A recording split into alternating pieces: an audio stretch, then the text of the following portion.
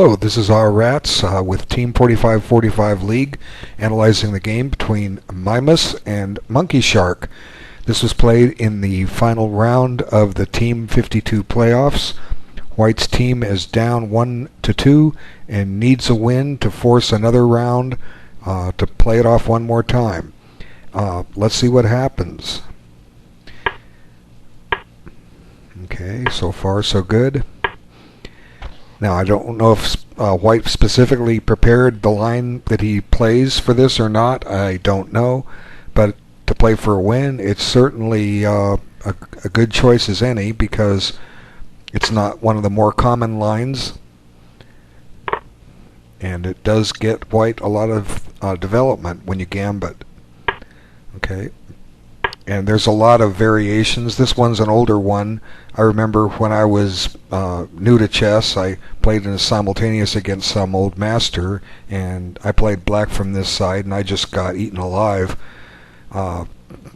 White just got too much play. I remember this exactly, the same opening, and then he castled, so to kill the discovered threat. And I don't remember how that game turned out. I might have tried my luck to take a second pawn. Don't know, but all I know is that I didn't last too long. But I was new to chess, so oh well. Okay, now I don't know about that move. I really don't. It just wastes a move. It seems what black needs to do is get some pieces out. He's behind in development. Let's see. If you're playing knight GE7, you're a little cramped, but at least you're ready to castle. And then make White prove he has an attack. D6. Knight F6 has some pitfalls to it. You might run into E5 and all kinds of other things, but I don't know. Bishop A5 just seems bad. So certainly White has some reasons to be optimistic here. And this move is fine because it gains the tempo by attacking F7, and because this black bishop is on A5, that square is not available for the knight to run to, and 4 can get rid of a lot of the pressure. So far, good move. But I think it's here. I'd already played through this game. I think here White kind of went a little astray. Okay, I see why he did this, and we'll talk about that in a moment, but I believe it's probably better to just sit here a moment and not take that yet. Well, actually, no, you need to take it, but I think the recommended way to take it, I think, is with the knight. Clearly, what's going to happen is White took with the B pawn so that he can put the bishop on A3 and apply more pressure to the king side of black, but knight C3 has some useful ideas to it. What's black going to do? White wants to play knight to D5, check to the queen, not check to the king, obviously. White wants to play that. That's just begging to be played. And if black plays knight F6, we just pin it. And if black says, I'm going to get clever, well, White gets more clever. So, I mean, black has better moves at his disposal, but I wanted to show those that may not have seen this theme before, the theme. So black has to move his queen. Where are you going to go? Well, you can't come down to B4 and offer a queen trade. You know, it's just kind of ugly. Maybe just admit you were wrong and back it up to D8. So White has some happy choices here. Knight takes on F6, or even bishop takes F6. There's a lot to be said about both of them, and we don't need to get into that. That's something White can work on his own in case he gets this variation again. And if he plays this opening often, he just may. Because again, I don't know if 6 bishop A5 is theory, and thus this position would come up often. I don't know. But this certainly seems to be good. White's still down his gambited pawn, but he's got all the development he wants. The black queen side is just stuck. The queen's back where she started, and the rook and bishop haven't moved yet. White's rooks are connected. The black king still hasn't castled, and he may not want to castle. into any kind of attack. So, like I said, there's something to be said about both moves. Just knight takes and pawn takes and back the bishop up. And black doesn't want a castle. He'll just drop this pawn. He's got to start thinking about castling queenside. But actually, even in this position, there's an oops. I didn't even check yet. There's that pawn is available with check, so black can't even drop the queen back to e8. It's going to go back to f8. So, wow, just eating them alive. Wow. I mean, take your pick. Which one do you want to sit on? f6, a knight or a bishop? Okay. So there were other lines, probably other ways for black to play this defense, but I'm just saying, okay, I'm just saying that it was a possibility. Black may just want to take that, and now he's renewing the threat of knight a5, so you can't necessarily take with the b pawn, so that you can bring the bishop over. But how about if we just take with the queen? Now there's an instant tempo. Oops, one square short. There's an instant tempo on that pawn on g7 that black's got to deal with. And it's not clear for the moment how black's going to deal with that. Let's see, queen f6 might just run into e5, which might be okay for black, but it kind of crimps this bishop from getting out. What's black going to do here? Wow.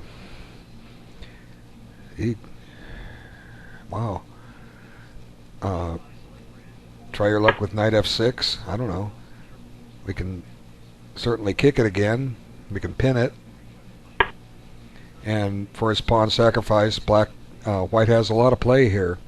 So it's not exactly clear how black is going to defend this. And white needs to keep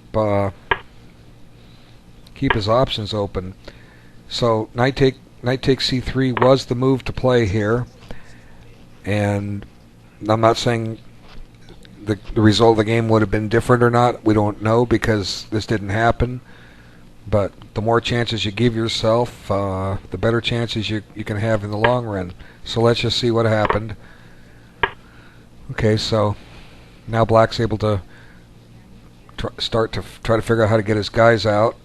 Of course, if the bishop moves, maybe this b pawn is weak and can be snatched. I don't know. White still got some play here. It's not like the game's hopeless because he didn't get his knight to c3. It's not that at all. There's still some stuff here. Now I think e5 is a little rushed. It's offering a second pawn for some tactics, and since white's not fully developed yet, it's probably just a little early. So I admire white for trying this. You know, white needs to win. If white draws, his team doesn't have a chance to play again. So he's got to try for a win. So for that alone, it's worth trying. But why not just admit that you don't have an attack now and develop your pieces? But I guess he did it because he wanted to open up that diagonal, which was his intent. But maybe he could have considered that black would just open up the a3 f8 diagonal. Maybe he considered that black could have played d6, shutting it off.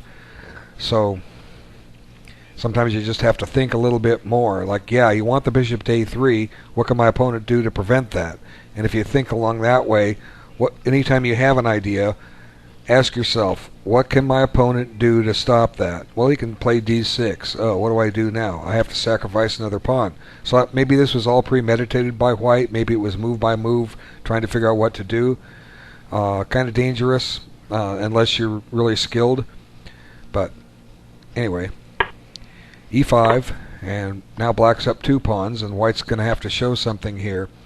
And there's some possible interesting tries here, but nothing's forced. Bishop g5, just looking at that, for instance, if f6, white might just snatch on g8, and I'll show you. And black's kind of embarrassed here. He has to take this. Now his e5 pawn is loose.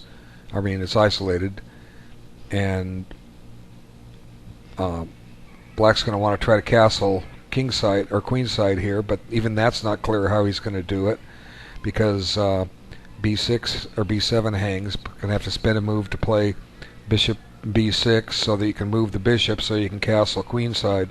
And white's got a chance to find a few moves in the meantime to keep black busy and not able to implement his plan. But I don't know if bishop g5 is necessarily the best move here. It's just an idea. Like I say, white has some ideas. Okay. So now he played bishop a3, which still attacks the queen, and the queen just goes to f6. Note that f6 wasn't available if the bishop's on g5. So white's gotta have to try to prove something that he can do here. And this knight on b1 is still at home. That needs to be in the game. If it goes to d2, it's going to threaten to go to e4, which is a tempo on the queen. Of course, black will have a chance to play a move. Let's see, knight d2, which just threatens to attack the queen. What can black do? Well, he can just go about his business anyway. Get ready to castle, and then if the queen gets attacked, put it on g3 and maybe consider a future bishop h3 with the mate threat. I don't know. Let's see what happened. Okay, rook e1 with ideas of tactics on the e file. Now he takes it off, and now that wonderful bishop that did us some good in the other lines is traded off, but we didn't get anything for it. We didn't cripple the black kingside pawns. So black is still ahead 2 pawns, and white's going to have to justify what he's doing here. And here comes the sacrifice. Gets 1 pawn back, but black can survive this. And unfortunately, white's going to commit an error here, but he really didn't have much, as it turns out. We'll show you when we get there. Okay, I admire white for what he's doing. He says, I've got this knight pinned. It's not going anywhere. I'll just grab the bishop first. But it's going to fail to a tactic. I'll just show you the tactic. Oops. And that can happen. We're all capable of doing that. Now this rook is going to fall after you take with the pawn. But really, white didn't have anything else here. The alternative is to play queen takes and then check rather. Now strangely, black survives with this resource. White's not winning that piece on a5 because the bishop on c4 is loose. So what's white going to do? He can take it if he wants. He can take on e6 and get his pawn back, and maybe white can hold this for a draw, down the bishop for knight. He's going to be fighting for it, but once again, a draw doesn't do any good for white, and any good at all. So you've got to play for a win, and he just ran out of gas here. So, and there's some other lines that could work out. I was looking at one where black got 2 bishops versus 2 knights and even pawns, and that's probably a win for the bishops. But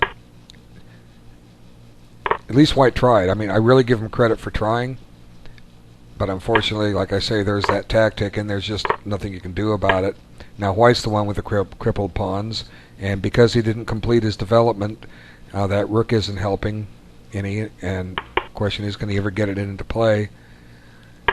And meanwhile, black's starting to get active and getting notions that he can do some attacking, and that's certainly soon enough that's what happens. So white's trying to get his rook into play any way, shape, or form he can. But now